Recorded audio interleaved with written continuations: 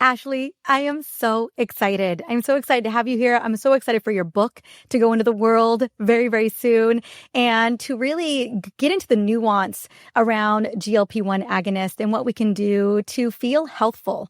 I think about GLP-1s as a tool for longevity, particularly for women in midlife. And I would love to know kind of what was your foray? What was your journey into this beautiful world? Oh, thank you. Well, I think I was born into a beautiful world, but unfortunately, as I aged up in that world, I started to feel less and less beautiful. And I'm glad that you're asking that question.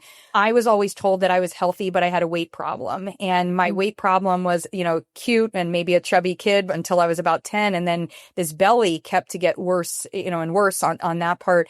But it was always weight related, and it never became the health discussion, even though the entire time I was on copious amounts of antibiotics for ear infections and throat infections.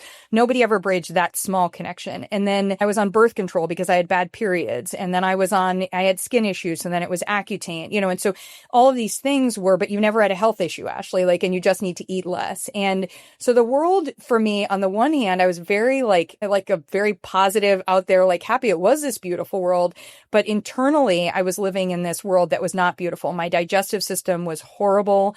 And I felt really embarrassed about the fact that I was this seemingly just big failure and at being fat, what does this mean? Right. So I carried that with me. So why do I bring that into the GLP-1 conversation? Because I was very fortunate after a lot of dieting and mishaps and everything to meet a gastroenterologist who said something so important to me, changed the trajectory of my life, and said, it's not what you're eating or what you're not. Your body doesn't have what it needs to run better. And here I had always been, whether it was a macrobiotic vegan who did yoga and didn't drink alcohol, I had tried everything to be perfect for my weight and do it that way. And suddenly to learn that my body didn't have what it needed. And so then that became a digestive conversation that when I saw my first bariatric patient, so years later when I became a dietitian, 2005, it just blew me away overnight and learning about incretin hormones. So at that point, I learned that we have these weight health hormones and that weight, it's not a weight or health, it's weight health, that these hormones affect our bone, our muscle, our appetite, all the people that had been telling me to stop eating when I felt full. And my response was, I don't feel full. What's wrong with me? Why am I not feeling full? Understanding our blood sugar and understanding for someone who might feel insulin resistant that it's not about insulin. There's a hormone before that that's telling, or there are two that are telling insulin, to go to work. So all of that changed the game for me, and it brought me into a space. So while GLP-1s, literally from the year that they were first made available, while the agonists were coming onto the market, I was helping to repair people's weight health hormones using this system and this approach to really optimize the body's health. And so fast forward, and now we have an agonist, and it's been incredible to be able to say, just like I'm sure the first people who were able to help a diabetic by saying, we actually can give you synthetic insulin, I can now come in and say, I can give you synthetic GLP-1 or synthetic GIP. And the big difference between it and, say, estrogen, testosterone, et cetera, is the semaglutide and tirzepatide are biosimilar. They're not bioidentical. So we do have to understand they're going to work a little bit differently in the body because of that dissimilarity. And you and I can unpack all of that. But I will just say this is hugely personal for me. I just think that and for so many, especially women, and, I think individuals who have just been so trapped in this, but I tried all the things. I tried it and it just wasn't working for me. And now we can understand why. And we have better tools in our toolkit. Thank you so much for just giving your own personal story and giving context, because I think that really speaks to, I think about how many women are listening to this right now who relate and feel that, who grew up in the 80s and the 90s like us, looking at magazines of skinny girls and being told to be on numerous juice cleanse and yo-yo dieting, and skinny was the only way to be. And yet the frustration of starving yourself and still not getting the results that you want and burning yourself out in the process. I think we've all have a story similar similar to that, or even had a story and still didn't see the results we wanted and the frustration around that. And so based on your story and you sharing, as you've seen a lot of this unfold over the last, I would say, even 4 to 5 years, where it's really the GLP-1 agonists have come onto the market in a really big way. Well, how has that felt for you in terms of what's possible? You know, this is a podcast devoted to midlife women where even if their metabolic health and their weight had been good up until a point, all of a sudden the wheels fall off and they cannot seem to wrangle it back in. So talk to me about how it's felt seeing seeing millions of transformations, really. Yeah. And I've had patients on since liraglutide because as a dietitian, I was working with patients who were diabetic and were using it, but we didn't see the weight. I mean, maybe like I was seeing a little bit of the weight because we were doing all the stuff, you know, and the liraglutide, but we didn't see that. So it really was this like all of a sudden this like, oh my gosh, there's all this. And I had some people that were on this before it was public and then it was public. And I feel better. We talk about this often. People have been on it for a longer period of time before sort of the Hollywood craze.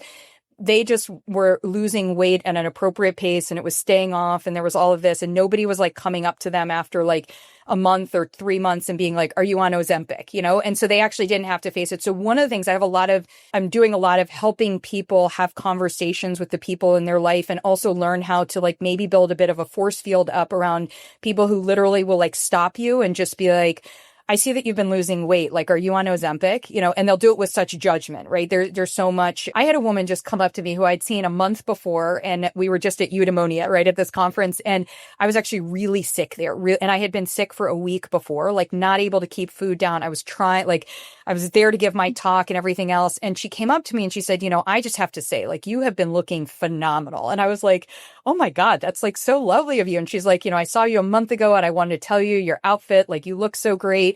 And then she said, but you know what? I'm seeing you today. And she kind of like whispered in and she goes, I think you're taking too much of it. And I was like, I'm sorry, what? And she goes, I think you're on GLP-1, right? And she's like, I think she's like, look, your clothes are like falling off of you. And she's like, literally, this is like a woman in our field who thinks that this is an appropriate way to talk to me. And she's like acting to me like she's loving on that part. For what it's worth, like neither here nor there, we're having the conversation. I'm not on the agonist now. I have tried it. So I want to be clear on that part.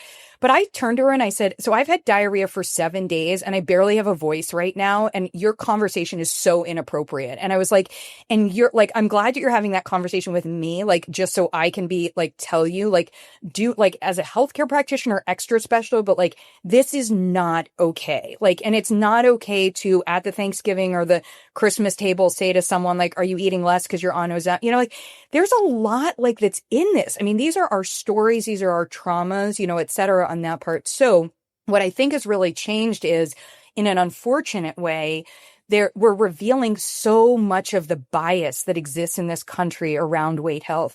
So much of the discrimination of women who are maybe like I've had women who are patients where they've been thin their whole life. And as they've sort of teetered into perimenopause, they started to put on a little bit of belly weight, but people kind of made fun of them for caring about the fact that they had a little bit of weight on them. And I'm like, oh no, that's a signal. Like this is a signal. Let's decode that signal. Let's understand like when your sex hormones shift, they're going to throw your digestion off course. That means your weight health hormones are going to be impacted. And let's look at this whole thing systemically. So I think there's a lot of ways, you know, we can go in this, but one of the things I'm very concerned about is just the way that people are being judged. And as a result, they're almost like backdoor, like not wanting to tell people that they're on the agonist. And I think, oh, absolutely. Right? Like we're like in this hiding mode. And I think that's also really unfortunate. Yeah. Yeah. I want to unpack this a little bit more because it's been really interesting, kind of the nuance of hiding, the taboo around this and the judgment. I mean, here we are, women already being told, or the narrative is to blame ourselves for everything. Right? And gosh forbid we want a solution to our body changing without permission, despite all the things that we're trying to do and trying to do well and right, if anything, overdue. But yet there's this judgment, this stigma that it's going to come for us or someone's going to say something about it. I have a family member in my life that's very close to me who had chronic prediabetes, diabetes, and blood, and just biomarkers out of range. Yeah. For a very long time, decades, but had a lot of judgment around it themselves about jumping on it. And I remember sitting down and saying, what is your health and life worth? What if we could walk back these biomarkers of inflammation and metabolic dysfunction? Like, is it worth more than the judgment why they're harboring it, or for whatever reason they're harboring it, maybe because the Hollywood actors and stars were losing the weight and whatever that is. But it's interesting to me how even our own self-judgment, or not self-judgment and judgment of others, can keep us from, seeking this solution. And so I just find it's just such a messy situation with all the judgment that's going around. Mm-hmm. I love that you said that too about someone where it was like they're not using it, and you mentioned Dr. Tina Moore. It's like they might be using it for a medical reason, like, a little leaning a little on the health side versus the weight side, and then feeling like I'm using a fat person's tool. Like literally that's what they've said to me. Like I'm using something, like somebody's going to think, like, even if I'm picking up the prescription or if it's in my refrigerator, and that piece. And so what I'm excited about, and, when I really thought about even the name for my book, I was like, I really believe that when we have our weight health, and part of having our weight health is understanding how our body works, and that changes at different times. When we have our weight health, we can fulfill our life purpose. Like we can take our best shot in this life, right? So this is not about like your best shot is this shot versus this one. It's really about coming in and realizing that when we are mired down and trying to help our body run better and struggling with that, we're investing, yes, our money, but we're investing our time and our hope and our emotions. And if we feel like that's not, like, when we're doing all of that, we're deterred from, our life purpose. And perimenopause for me, I'm 52 now. At 48, I think about 47, 48, I was like, and it's super traumatic for me to have a belly again. I started to notice I was having a belly. I'd been through a breakup. I was drinking more alcohol, so I kind of like pulled all those things back. Life was lifing. Life was lifing. Thank you. And it took one of my colleagues to chat with me. But, I had also started, because Mindy Peltz's book was out. I was like, I'm going to fast like a girl. And I just kept the amount of time in the day where I was taking in nutrients got shorter and shorter and shorter, and suddenly I was not leaning into anything that was better for my body. And, I think on that part, you turn around and you're like, so this isn't something that we get to address in our 20s and then not come back to. And, as you talk about in midlife, but there was just a study that came out yesterday looking at how the type of estrogen that is concerning for breast cancer, how a shift in perimenopause makes that more toxic to us, right? So even when we look at this, we're talking about preventing like recurrence or even preventing initial breast cancer. And yes, we have inflammation. We have to optimize detoxification. There's so much, for shrinking fat cells. So there are things people need to know if you're doing this in order to do it right. But we have to move beyond the judgment of should we or should we not. Now, that said, we can absolutely do all of this without a GLP-1 agonist. It's just a question of, for who is the agonist going to be the thing that makes it not doable? And if we hit that point where you have access to it and it's going to be a better tool for you, then let's go ahead and use that tool in our toolkit. I do want to steer the conversation. I have so many questions, and I'm going to do my best to get through them today. Ashley, I may have you back, but I want to talk about accessibility because, I shared that story about judgment around using the product because there was just overall judgment for the product. But then I cannot tell you how many patients and colleagues and friends have a prescription, go to their pharmacist, and are met with judgment. And this is after they finally got a prescription, or met with judgment from their doctor, or we're met with judgment because someone wants to use it for reducing inflammation, health purposes, or they want to microdose it specifically. Like there's just judgment upon judgment upon judgment. And what this ultimately lends to is one, misdiagnosis, I find. It lends to a lack of treatment, and it lends to a lack of accessibility. How do we overcome some of these hurdles? I was just talking to a friend just a couple days ago who the amount of hoops that she's having to jump through to get her GLP-1 prescription renewed is just insane. Yeah.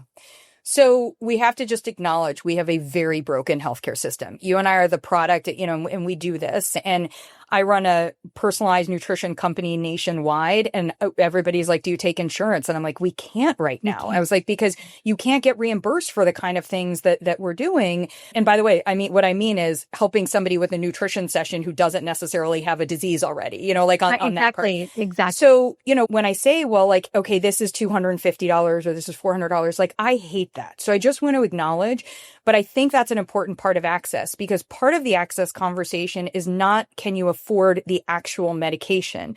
Can you afford the system that is going to help you optimize the medication? So I have some people that I have them on a low dose, which in the world of marketing speak out there today is called a microdose, but let's acknowledge Tina Moore for this, which is a true microdose is a microscopic amount. It is not going to impact your weight health. If you're using a lower dose, okay, that's what I would call a lower dose, but some people call that microdosing. Okay.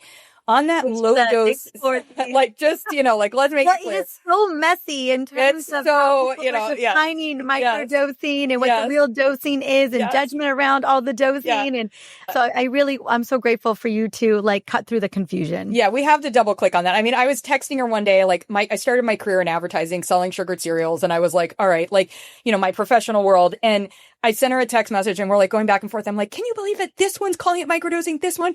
And then we just both were texting. We're like, we lost. It's not we can be all proper and say you should only be allowed to call this a microdose. The doctors don't even understand. So let me unpack in a bigger space. I so love doctors.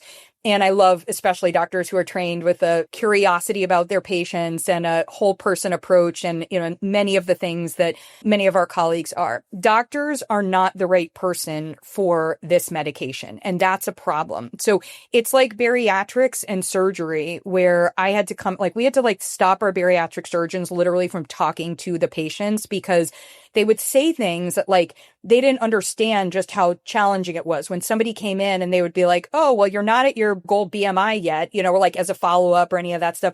They're amazing to talk to about the surgery and how your body's going to work and, all of that part. But the nurses and the dietitians and the social works, we had to come in and create a system around, the patient and that part. And when you talk about weight health, a doctor can diagnose and a doctor should look at you in totality and understand, be very clear about how the medication is going to, the way that it works, how it's going to impact your system, and be aware and look at what are any flags oh, I have you on a proton pump inhibitor. And now I'm going to put you on a medication that is slowing gastric emptying. This is something that we're going to need to work on. And that's why I'm going to start you at a low dose. Okay, great. That's perfect for a doctor. The remainder of it, though, the system around it, you need a nutrition specialist. So you need to come in and you need to say, okay, so when you look at that nutrition side, so when we're talking about budgeting and access, I want to make sure somebody has access to that. I don't love that, hims, hers, row, MIDI, wherever you want to go and you can get your medication. Yes, there is an issue. Can I even afford that? I want to be very clear, whether it's $200, $300, $400 a month to actually afford the medication. But then there's a second part, which is, can you afford to have, can you afford the person around you that's going to be able to help you, make the choices? Because it's not about just eat more protein and have more fiber. It's about what is your body showing us it needs and how do we get that in? It might be that you need a supplement of magnesium because you're not pooping well, or it might mean that we need to actually, because you are in a proton pump inhibitor, do certain things with amino acids, and that kind of. So we have to look at budgeting as a whole approach in this. The access piece, I think, is so important that we also want to look at the fact that if you are somebody who is struggling to have access to it, or if we're concerned about your access, right, which is almost everybody, because I was going to say, Ashley, now we're talking about, because in my question to you was really more so accessibility of the medication alone. But then there's so much mismanagement around that, right? We see people being overprescribed or overdosed or none of that's. I mean, you get a medication and off you go, and so this is a whole different level of accessibility of now that you have this medication, having somebody with you to ensure that you're being dosed properly, but also ensure that you've got the lifestyle and the food dialed so that you can navigate this journey in achieving a healthful weight. Right. And that you can adjust for it. So I'll give you an example of access. Yeah. I have somebody in Massachusetts who got a letter about 8 months ago who said, as of the end of the year, you are no longer going to have access to your GLP-1 agonist through Blue Cross. And I'm calling out Blue Cross on this because it was because they were on it for weight and not on it for diabetes. And Blue Cross decided to cancel that. So the good news is because they were working with, we pivoted at that point. So we're we can stockpile medication and we can also start a path where we went down considerably on dose and we extended the time period period that they're on it, so that they're not coming off of it in January and they're not arriving in January and going like, oh my gosh, I don't have access, right? Somebody else who didn't have a me or somebody else to do that with, and it could be like, a nurse in a doctor's office, like, or anything, like a system, they didn't have that, maybe arriving in January and going, oh my gosh. And what we have to remember is when you're on this medication, the dissimilarity. So our own hormones work for about 2 to 5 minutes. These work for 24 hours for about 7 days. So they're a higher dose, way higher, way exponential. Like they're, and they're overriding your own system. So in doing that, because they go right to the receptor site, they're actually deactivating or suppressing your own hormones. So if you go off of it, like when people are like, oh, you have to stay on it forever, only it may be, I don't have a crystal ball about your forever. So I want to be clear, but if you only just were on it or off of it, then yeah, you got to stay on it, because that would be like if you're giving your car gas, like it would be like saying if your car has gas, it is going to run. And then you're like, I'm going to try to run my car without gas. It's not going to run. Well, same thing as in postmenopause, you're on estrogen and then you're taken off estrogen, let's say 65, the bone protection, the vascular protection, all of that's it's going away with estrogen, because there's nothing binding to those receptor sites anymore. That's right. And there's a slight difference in the conversation when we look at weight health hormones. Right, bioidentical versus, Yeah, because we may be able to help your body address what is suboptimally functioning in your weight health hormones and get them to a place where your body can produce these and be able to have them meet the receptor sites, which is different than if you're out of estrogen, you're out of estrogen, right? If your body's not producing. Yeah, no, you've been out of estrogen, except for the exogenous estrogen you've been putting into your That's right. Yeah. That's right. And so, but what I think we're finding, and one of the reasons that when I mapped, across patients, I took a long time putting my assessment together to be able to assess weight health hormones. And I wanted to know, some people, their actions and their choices are suppressing their own function. So the body is going to be able to deploy it and receive it and, and do all of that, but their choices are suppressing. So that's one type of suboptimal. Some people are in a place where they're delayed, where they're working, but they're just not getting to all the different places where we need them to get it at the right pace. And then there's a lot of people where they're dysfunctional. So in dysfunction, we may find out that there are people that are just not going to be good at their bodies, even with the best choices and commit, like all of this other stuff supporting it. And as a result, might you need some or a lot of this hormone ongoing, but it's hormone replacement therapy. That's not something we should judge somebody for, so if you need that and you can, So I think the access is so important for us to unpack all of that. But also if somebody's listening to this and they're either on it or they're considering, then what I would say is make sure you're budgeting that bigger part of access as an ongoing. Like as an example, I look at what are you budgeting for a year, or what are you budgeting for 6 months, in that part. And I loved how you just said, what did you say a moment ago? You said life was lifing. That's what you said. Life was lifing, right? Okay. So that's the other piece of it, is life is lifing. Like for a lot of, people, like a lot of times, like what happened to one of my patients, and I share her story in my book, was she came to me to come off the medication. So her doctor said, she and her doctor, high five, you reached your weight. Well, when she came to me and I did my assessment, I was like, you've lost muscle, you've lost bone, you're not eating well, your digestion is a mess. I was like, I know you're high-fived on your fat, on your overall total number on the scale, but we are not in a better weight health place. So I said, I need 3 months of you staying on your medication for us to optimize your weight health. And then let's start the weaning process, and we'll extend and we'll have you come off. And if we see you being successful, that's how we continue to do the weaning on that part. So she went through that. She was great. And then her life lifed. And unfortunately, what had caused her to gain a lot of weight was she had gone through a really bad a divorce and a custody battle, and it reared its head again. She ghosted me. She was so embarrassed. She had gained 8 pounds. Now, mind you, this person had lost 62 pounds total. And then in the 3 months that I had met her, she had actually gained some muscle back. So when she lost her 8 pounds, she had lost some fat and some muscle. But I had made a deal with her therapist. We had all signed an agreement that if she ghosted either one of us, that the other one could reach out and have a conversation. So the therapist called me and she said, she's beside herself. She can't do this. She can't do that.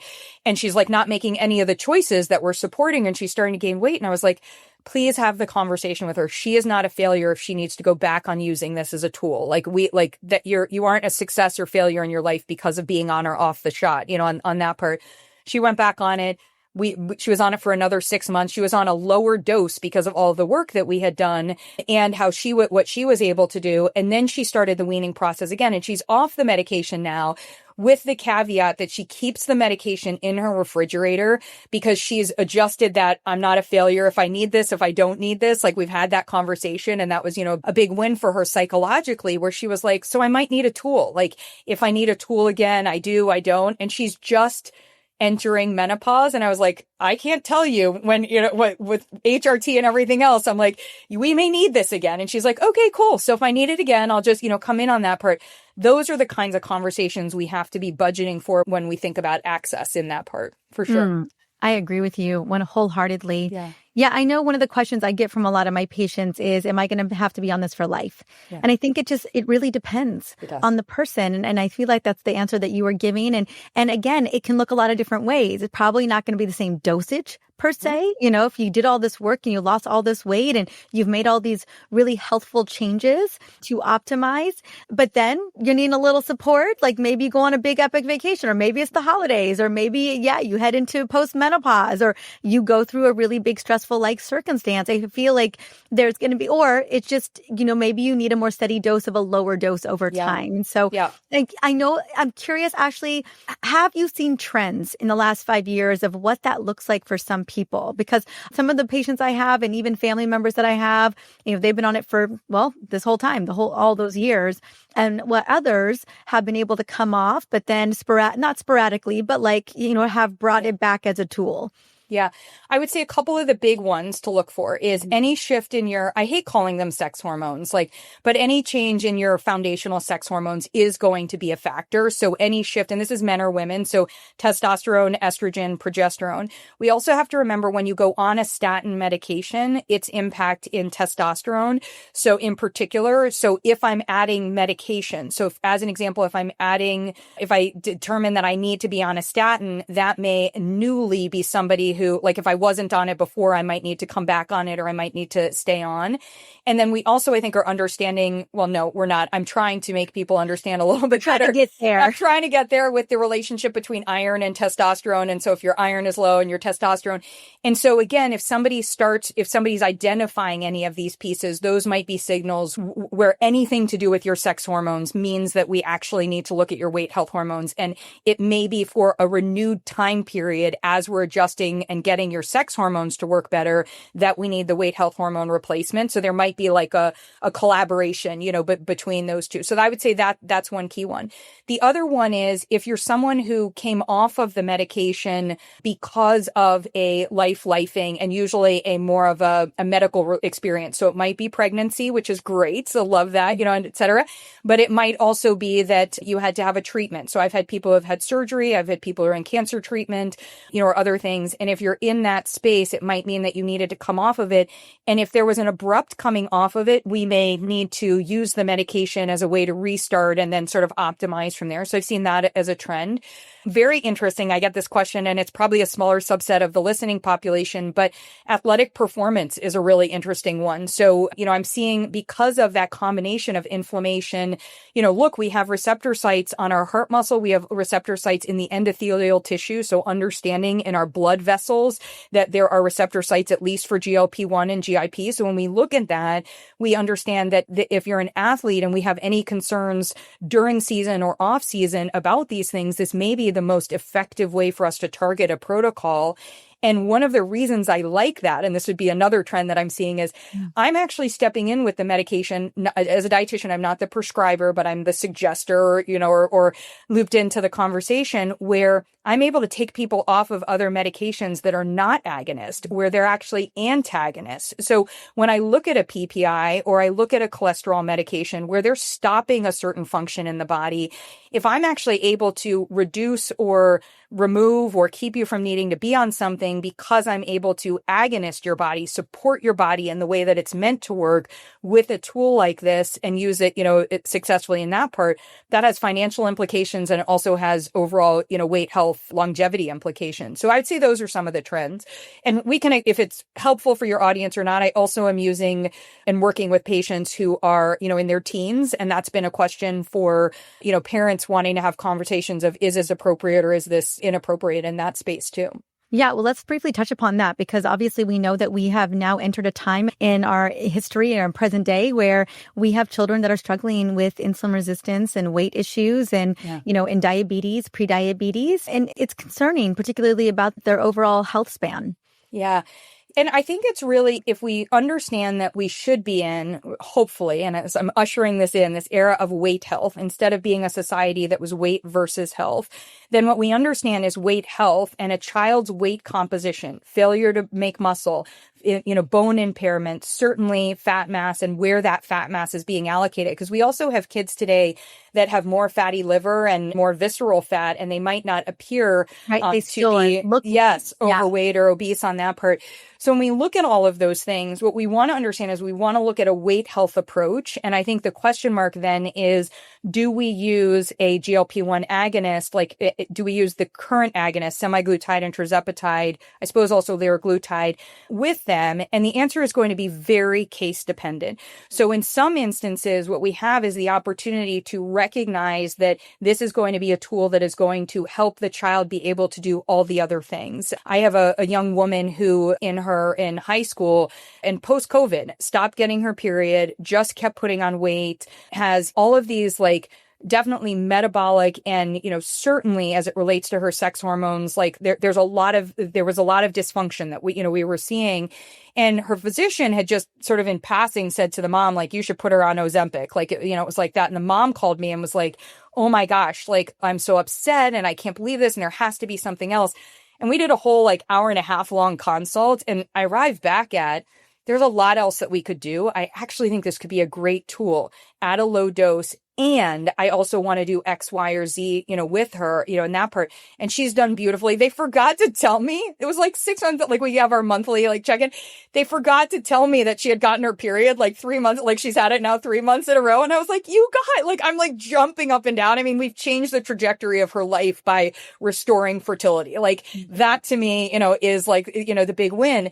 And I'm not sure that I could have done that without the agonist. Now, for that one person, I have 30 other children that come to mind and young adults in that space that we're not using the agonist and we're using other tools and we're doing weight health optimization. And part of that is also around compliance and part of it is around what else I knew that needed to happen for them, from a digestive health standpoint and, and some of the other pieces. So it's really going to be very child and community specific, I would say. Yeah. I appreciate that. And I know that, any mama who's watching their little girl or boy, but particularly maybe struggling with polycystic ovarian syndrome and all kinds of metabolic issues, wants to be able to help their children. So I'm so deeply grateful for us talking about that and touching upon it for a second. I want to segue over to risk cost benefit. And I think more so around dosage as well. I know that we do have patients that are being overdosed, because they're really trying to drive a lot of weight loss and how quickly we dose up. And, we're following these kind of blanket protocols and then we have people who have, these side effects as a result and vice versa. I have a patient of mine, I'm really curious where you land, who has a history of chronic migraines and is in peri and now they're lighting up. And then there's some weight resistance. And so it is on a low dose, but is teetering in where it's reducing inflammation in some aspects. And then maybe it's driving, I don't know. It's not clear, is she having more migraines because of it? And so it's sticky to kind of figure out, we're seeing lots of benefits over here. And then maybe we're seeing, some kind of triggering more responses over in this direction. Well, so the first thing, I'm a big on terminology and what somebody says, I think really has impact. And so this medication is getting blamed for so many things. I and know. especially getting blamed for things because of weight bias. Like, so it's just everyone wants to rip it apart, for all the reasons we talked about at the beginning. I'm not going to double click on that. But what is not happening enough is people saying that this is the medication working exactly the way it was intended to work is going to exacerbate underlying issues, and it also may create issues. So that's like an intentional, I don't have a good word for it. I don't know if you call it like the effect. Like a side effect for me is like something that happened, like that you were like, ooh, that surprised me. Like the medication was doing this and then this thing over here happened, But when we stop for a second and say the body's an ecosystem, when we come in and we give the body something that is, thousands of times more intense than so we could let's use a non-nutritive sweetener. The difference between eating an apple or having a spoonful of sugar and taking Splenda, thousands of times sweeter, but there's no caloric impact. So we all thought it was like a total win. We're like, that's amazing. And what we found is it's so amped up your sweet taste buds because it's made your body expect a degree of sweetness thousands of times sweeter. And it's also altering oral and gut microbiome in that part. And you look at it and you're like, and that's all, it's working the way that it was supposed to work, but we were just looking for a cheat, So when we look at the agonist and we say things like fatigue is a big one that comes up. And so I'm going to land right in on your migraine part. The fatigue part is really interesting. It gets attributed most of the time to, those people are not eating. I put those in quotes for anyone just listening. Those people who are on the medication are just not eating enough. That's why they're tired. No, this is a medication that tells your metabolic hormones, it tells your body to tell other hormones to go to work. And they're all your hormones around being active. So insulin, glucagon, leptin, ghrelin, it's going and telling them to go to work. And it's doing it now, not for 2 to 5 minutes, for 24 hours in the day for 7 days. So in the time period where your parasympathetic and your sympathetic, we're supposed to have times where we're in drive mode and we're supposed to have time when we're in recovery mode. In your recovery time mode, your body is now getting signals that it shouldn't be recovering. It's getting signals about receiving and managing calories. That has a positive implication because it is suppressing your desire to eat. And if you were somebody where you were battling nighttime eating or, any of these other pieces, that might be helpful. But we have to look at that. And we see that in heart rate variability going into, really tanking. We see that in people not sleeping as well. When I'm looking at continuous glucose monitors, I see them having where their blood sugar is lower overnight than it was before. So when we pick up on those cues, we can start to understand that. Doesn't mean you have to come off the medication. It means that we need to look at that. And if you were someone like the majority of individuals today who came into going on this medication with suboptimal recovery, suboptimal sleep, suboptimal heart rate variability for your body, then you've now exacerbated that part. So the person with the migraine, I've actually seen this in quite a few patients, is that what we know about migraines, one of the great parts about this is we can help them with the medication and with their eating plan, having more rolling hills, right? So the blood sugar can be more rolling hills than peaks and valleys. And oftentimes that's associated with better outcomes, a reduction in migraine and migraine severity. So one of the things that I often will look at for that individual is their eating behavior now because they're on the medication. Maybe they're going a long time in the morning without having something to eat, right? Or it's usually longer in the day and then like kind of at the end of the day, like having a meal. And so there may be things that they're doing because of the medication, even on a low dose, that is shifting them over to not being able to optimize their blood sugar. And that could be a trigger for the migraine side. Sure. The other one is that we talked about 2 hormones in semaglutide and tirzepatide, GLP-1 and GIP, but there are at least 4 weight health hormones that I focus on. I call them your switch in the book. PYY and CCK are also involved. PYY functions in the colon, and it's actually a regulator of hydration. And so when we use the medication, the GLP-1 GIP, and it suppresses, remember, it circumvents our own. As a result, our whole system of our own weight health hormones, our PYY and our CCK, as well as our GLP-1 and GIP, they're not working. They're not like needing to go to work. And so what I've seen in there is we've seen more dehydration in patients because of an alteration with PYY. So one of the things that I also do is I suggest that people about every 3 hours have 8 to 10 ounces of water look at your electrolyte intake, look at maybe you don't need sodium in your electrolytes and maybe you need more potassium or more magnesium. Again, it's going to depend on what you're eating. And I don't have a one size fits all answer, but really looking at that because we know that dehydration can be such a trigger for migraine as well.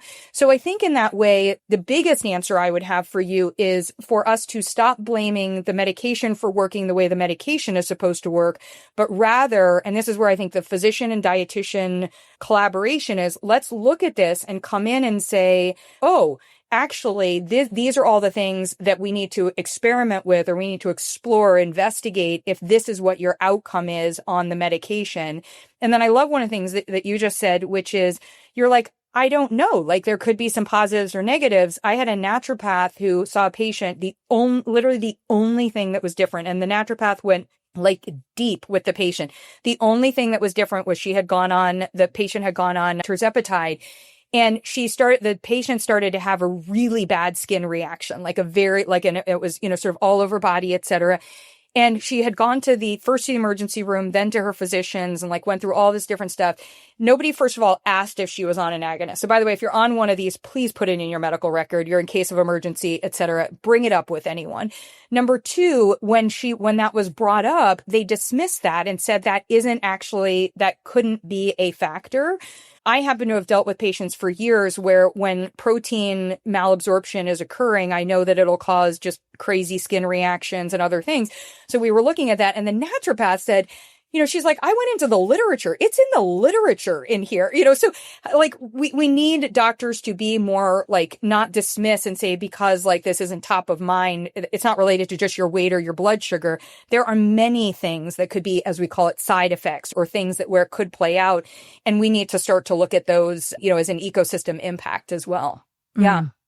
I do appreciate that because, that opens up you're right. The medication's doing what it's supposed to do, but what is the biochemistry and the biology of the host that is utilizing that medication? And as a result, so it does get into nuance and then really, what is going on with that N of one patient and really having people that are working with them to navigate. But challenging because, again, when we talked about accessibility, even just getting the medication is one thing. Having someone who understands what's going on in terms of the nuance of what you may experience is a whole nother thing. Mm-hmm. Yeah. So. You and I are so lucky. It's like when we met through Mindshare and it's so, great on this, we're so lucky to just have it feel normal that it's in our orbit. There are practitioners that care like this and it's so not normal. But anytime, I don't know about you, but anytime I've had my own health issue, even though I even have access to all of our colleagues and everything else, I've had those moments where I'm like, uh-oh, I don't want to start on this because I might not be able to afford that. Or just even trying to get testosterone was this, going through all these hoops and, whatever. And I'm like, for me, so I get it. It is. Yeah. Even clinicians, even doctors, even people who are well-resourced can be really challenging. And I'm not even talking about GLP-1s. I'm talking about, hormone replacement therapy, anything. Yes. Testosterone for sure, but just even trying to get prescribed. I was at an event recently that I've shared a couple times on the show where I was at basically a kid's party. It was a Halloween party. And they were all a bunch of 4, 5, 6, and 3-year-olds. And all the moms were in their 40s. Everybody was in perimenopause that had kids. Yeah. And I was just talking about their experiences. My book had just come out and a majority of them could not get prescribed hormone replacement therapy. The standard of care was being put on an oral birth control pill or a Mirena IUD. And that was that, and they were really fighting and advocating for HRT, but they found themselves having to, again, go out of the system, go out of their insurance-based system to go and get it. And then, when it comes to, we talked about the telemedicine companies a minute ago, where it is really a cookie cutter approach of what you're going to get. And, I tell patients, that I talk to all the time, or even here on the show, it's kind of, unfortunately, we have to start somewhere. Right. And then start tailoring from there, which is just, it is unfortunate that that's where we're at. But, I can't tell you how many times I've referred people out to a telemedicine company just to get them started. And then okay, then we'll figure it out. Let's just get you going. We do. Yeah, we do that because with the Better Nutrition Program, we provide personalized nutrition, but we're not doctors, on that part. And so immediately I'll turn around and I'll say, oh, like, well, you have us, like, we can quarterback this piece, but like, now's when you can use telemedicine. I just think it's inappropriate of telemedicine. Like, I don't think you should be allowed to be called telemedicine. And certainly, like, if you are just an online pharmacist where you're selling these products and you don't have, like, the only time somebody's interacting with a physician is like that fake, like, you had a call and so now you can get your prescription, or whatever, like, then just build into your, like, here's who we suggest you then go to, because you shouldn't be doing this on your own, because you do need somebody to help you explore the effects and the side effects side of it. And, I think that's just like, it's so key. And I just had a similar to you. Like, it's so funny because we go to these things and then we're at these birthday parties. I don't have kids, but I have my niece and nephew are 5 and 7. And so I'm sort of in that mix here because I sort of like, I Aunt Ashley nanny, like, all that. You're involved. I'm the community here. And so I'm at this, like, I was just at this holiday party and like, everybody's like, well, what do you think about? And somebody was like, well, my sister-in-law's on that GLP-1. I was like, oh, great. Like, how's she doing? She's like, they're like, wait, you're okay with that? And I was like, oh, I'm so, so we started to have the conversation. And I think I made their Thanksgiving better because I think the sister-in-law is going to receive the brother-in-law coming in a better way. But one of the things that was interesting is somebody said to me, I finally got my doctor to script me estrogen and progesterone, but I went in and my cholesterol had gone up. So they canceled the prescription and they doubled my statin. And I was like, oh, like, we're just like, and it's like, it's like, I'm handing out your book. I'm like, here's this, like, here, hey, let's look at this. And so anyone listening, like, we're trying, like, and we have to, like, kind of all do this and demand, and things are changing, like, in different ways. But I think one of the key things is for you as an empowered patient, regardless of if you're a practitioner, an individual, if something doesn't feel aligned with the choice that you want to make, then receive what your doctor is sharing with you. I think it was the appropriate thing for the doctor in that moment to say, hey, your cholesterol has gone up significantly. Let's pause on the estrogen progesterone right now because I'm concerned about this. In the ideal world, I would have liked the doctor then say, like, can you see a nutritionist or somebody who understands cholesterol? Like, maybe it would have been, whatever, Versus instead of the double statin. Yeah. And I think the patient got there and fortunately happened to be at this party with me. And I said, look, like, I'm not your doctor and I'm not your dietitian, but what I want to play back to you, I want to be a mirror to say that you are absolutely right. It is not an either or. You don't have to double your statin and not be on estrogen and progesterone. So let's find you someone else who can have that more, whole person conversation. And the fact that most likely cholesterol is going up because hormones are not being made. I mean, come on. I know. It's so like, and this is the point. And it's like, and I imagine, especially, I love your podcast. And I feel like for the people who are like listening, episode on episode and hearing all of us, and they're like they know that, like, they're like, they want to just like scream at the doctor and be like, so usually what I do is I scream at the doctor in my head, because this happens to me all the time because I have a doctor for diagnosis purposes, and you leave and then you go to, and so who's your go-to? So I invite people to always think of it like a bullseye or a dartboard, and really the only choices that you should invest on, and that's finances, your emotions, your hope, etc., and your time, are the ones that know your whole body. So a doctor may know part of your body, but hopefully they know your whole body, but also understand your why. And then also are going to set with you a time bound, we call them SMART goals, but a time bound, like, experiment to say, in this time period, let's try these things and see if it improves. Because had we leaned in, and what I ultimately ended up doing with this person who became a patient, was we looked at ground flax seeds, we looked at resolving inflammation, we looked at some choices that she had made. She had actually gone to doing more cardio and not doing strength training. We leaned in a little bit to adjusting her sleep, and the cholesterol side of things is improving. But to your point, I also said you're going to hit a place where your body needs estrogen. Like, so, like, just like, you have the script, like, just start on it. Like, the doctor, whatever, you're going to go in and the doctor's going to be like, whatever you were doing is working, like, on that part. But I wouldn't double the statin. And that was a conversation, that we had one-on-one. It's not a conversation somebody should listen to here and go. No, and then make, exactly. Like, everything I was talking about, like, real deep nuance of hormone replacement therapy on a podcast today, and going over dosage and what you may see, and all just really giving, man, I went into the weeds, and I was like, and This is not a recommendation for dosage that you would start on. This is between you and your provider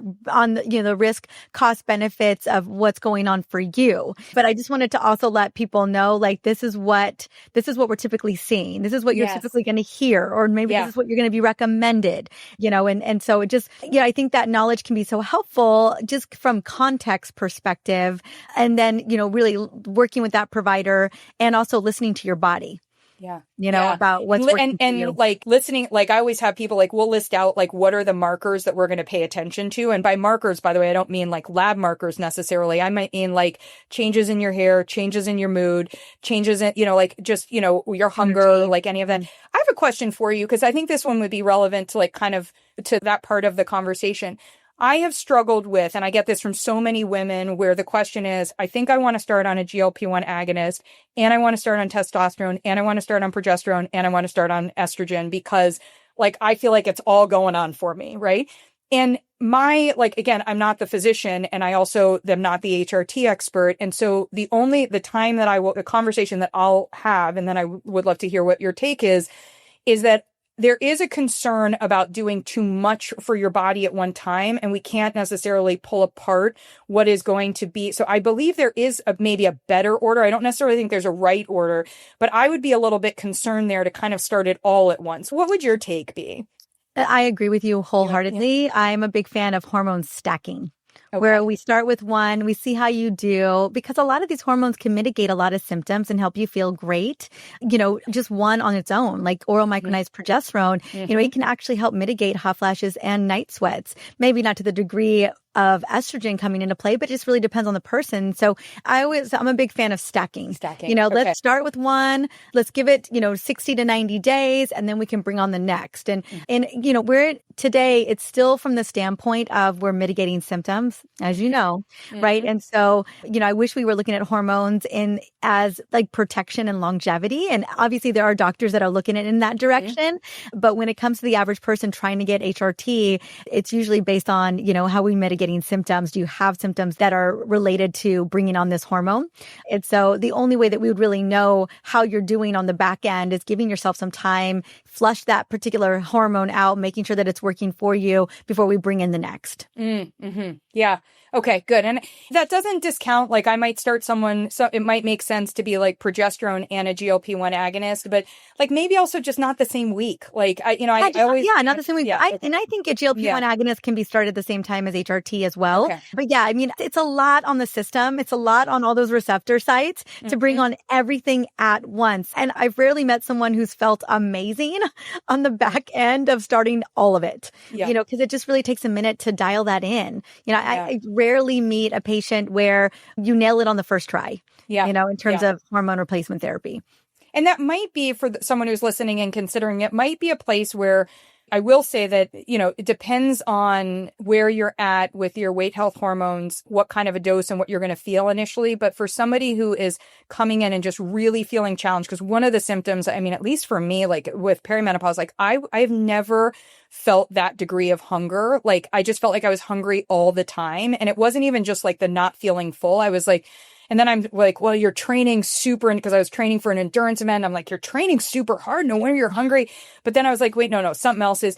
And so the start of a GLP-1 agonist may actually help you stabilize certain things that then make the body like, you may, like, it may be better for us that we start with that, because sometimes starting with estrogen or progesterone, or even testosterone, you don't necessarily feel better right away. Like there can be some destabilizing components.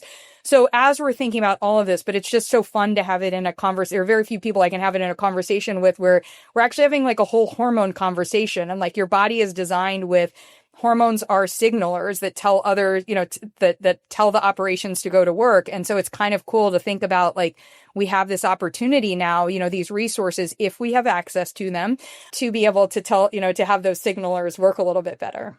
No, agreed. And I love that we get to have this conversation.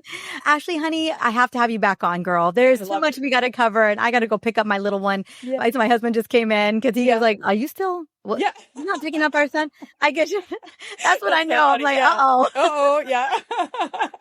That's right. All right, honey, share the book again, where we can find you, where we can learn more. You are a wealth of knowledge, and I'm so deeply grateful that you're out there in the world doing the big, beautiful work. Thank you. Thank you. Yeah, I'm so excited. So I officially birth Your Best Shot January 6th. So depending on where, we got this. So it's out there, and it includes online resources, which are also access to humans from a coaching standpoint, so that you can ask questions like this and we can direct you to people, books and people and like all this other stuff. So definitely, I hope you'll check it out. My company, my nutrition company, is the Better Nutrition Program. Between that and just looking up Ashley Koff, you're going to find me wherever on that part. And I just hope that, that if you're here, you're already in such a great place to find so many incredible solutions. But if we can amplify that by helping you just feel a little bit better about your choices, or help you deflect what other people are saying about your choices, then I'll feel like we're doing our job.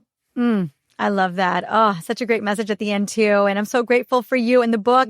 The book is, again, available. You can pre-order it right now. You can pre-order it on Audible. I know you read it, girl. You can pre-order it on anywhere books are sold. Go get your copy, and please go follow you on Insta. And if you want more of this, let us know. And I'm probably going to go on Insta and ask what more questions. I know that there's so much that people want to understand about this. And I just want this to be a tool that is more readily accessible. And actually, you are making that possible for us.